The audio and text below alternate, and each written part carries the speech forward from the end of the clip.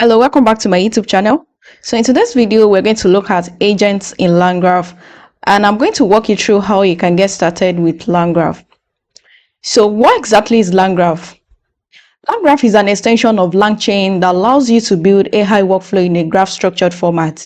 So you can think of it as a roadmap for your AI agents, which decide what happened at each step. So for instance, we might have different agents that are working together to achieve a common task. So let's say we have a particular agent that is doing something like a web scraping, and we have another agent that collects the data from the previous agents and take that data to summarize. And we also have another agent that do something like a cross-reference, which looks at all the entire thing that's been done to see if those data are accurate. So this is just an example of how agents can work together. So there are some common features that we need to understand when we're talking about LangGraph. So the first one is states, and we have the node and we have the edges. So when we're talking about the state, so the state is just like the memory of your agent, where it holds all the information that the agents used when it moved through the workflow. So another thing about the state is just like it can store different variety of information. So it's just like it can store from user's query, response history, or even API calls. So state is just, you just know, like state is just like the memory which holds all the information of your agent's workflow. So the second one is the nodes. So the node is just like it represents a specific task which your agents carry out. So most time we usually have those nodes in form of functions whereby we already specify like this is how I want the agent to, these are the things I want the agent to do. So we can have tasks such as we want the agent to retrieve data, we want to call large language model. So these are example of how nodes work. So just know like nodes is just like the tasks that you want your agent to carry out. So the last one is the edges. So we can define edges as how your agents move through between nodes. I can say like the edges is just like how your agents move from point A to point B. So how he's able to move from, let's say, retrieving data, taking the data to summarize, how it can move from the first place to the second place. So that's just how edges is. It's just like how it can move between different components. So now that we've understand what the key features of LangGraph is, we're going to go to our code and we demonstrate by building an agent. So for application, we want to build a very simple application. So where we use the Tavily tool, which the agent takes the Tavily tool to search the user's query, and then it passes the data to the large language model and we get a summary. So this is just to demonstrate how those nodes and edges works in a particular workflow. So, and we have some things that we're going to install, which I'm going to show you. And the Tavily tool, we need an API key before we can use it. So we're going to go to our website. So while you're here, you click on login.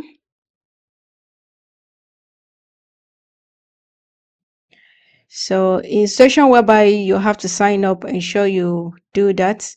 And whenever you get here, so you just come down to the API key section. And what you do is you just copy this. So which is the API key. And I'm going to go to the code. So if you see from the code, we created a .env file. So under this .env file is where I have my Tavily API key. So which is why I pasted here.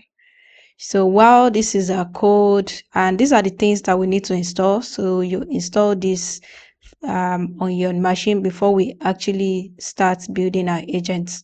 So we're going to import our library. And we're going to, we're going to load the environment variable, which is for the Tavily tool. Okay, so the first thing we need to do is we need to define the states. So, and I'm going to be using the typing extension typedict.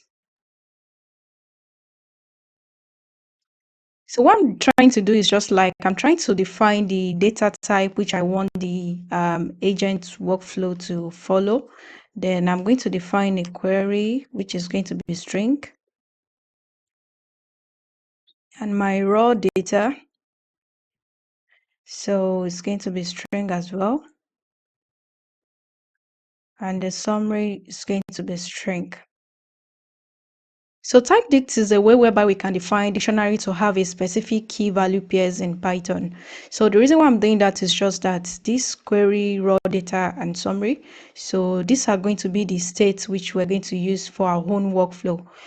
And they are going to follow this data type. Now we're going to, let's define our large language model. So we're going to be using Llama 3.2. So we define the tabili tools. So now that we've defined the model, how we've defined the tabili tool, we're going to go straight to our nodes, which is the agent capability. So I'm going to show you how you can define your agent nodes.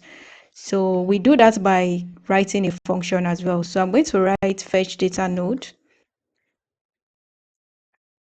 So this state, I'm going to define a parameter known as states. So, and I ensure I want it to follow this structure here. So we define query is equal to, so we say state, which is taking query. So we're going to define our tabili2 here. So we're going to say tabili2. So I'll call this search results. And I want this response to be in a dictionary. So I've defined the first task which I want the agent to do, which is to fetch data. And okay, so and we've used the tabili tool to do that, which is like any query that is sent to the tabili tool, it should run a search based on it. And we are storing this inside the raw data. We're passing it to the raw data key. Okay, so the next node that we're going to define the summarized data node, where we send these particular results to a large language model. So I'm going to define summarized data node. So I'm taking the states. So, and if you look at what we used here, we said the query should be a string. So, and the raw data is going to be a string. So this result is going to be a string and the summary is going to be a string, because if it doesn't follow any of the data type here, it's going to give us an error. So then for the summarized data node, we're going to pass our large language model here. So first thing is we need to define our prompts. So now we're going to send the prompt to the large language model. So by using a chain, so we pass it and we send it to the string output parser. So which is we want a structured result. And again, we're going to invoke this by using the raw data that was sent from the tabili tool. So we're going to call this response and we say chain.invoke. So we're going to say text. So state raw data.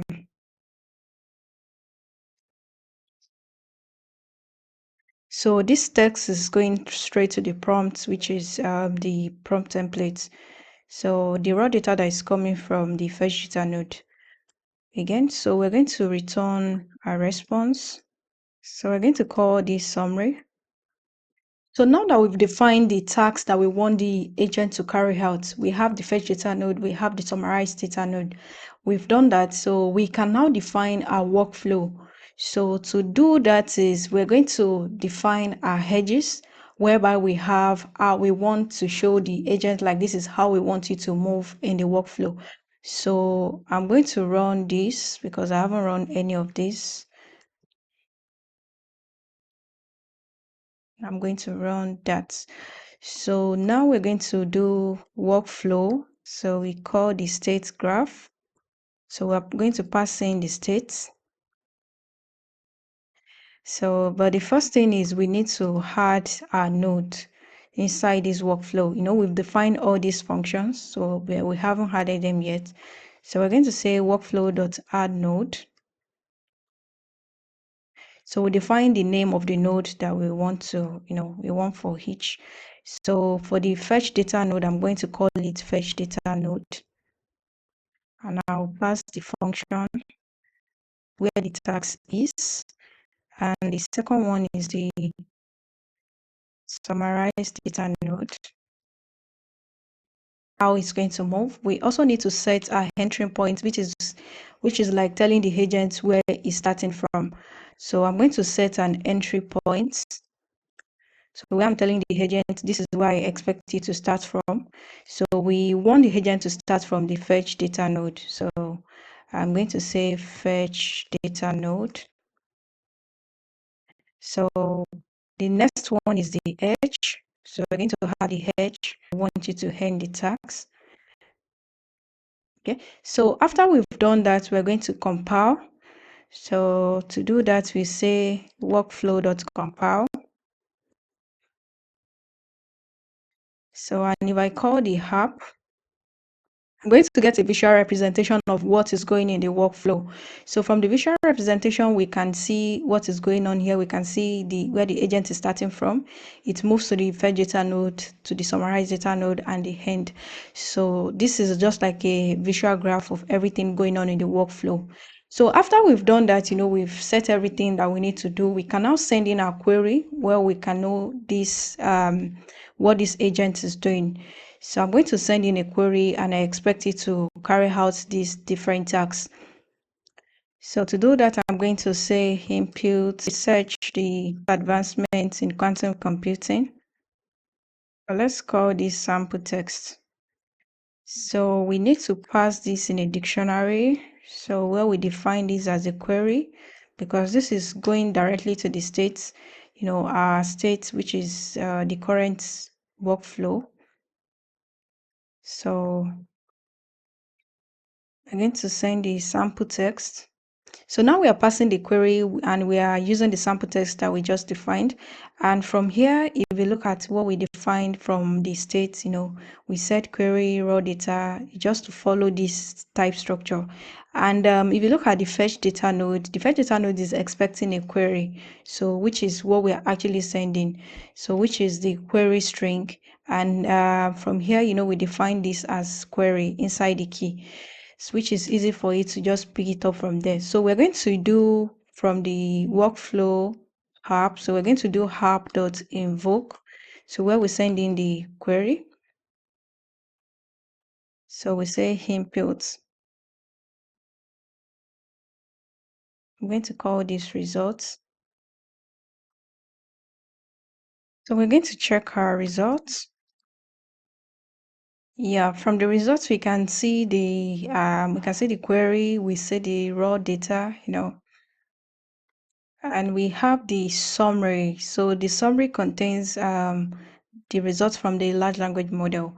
So, and if I go to the summary,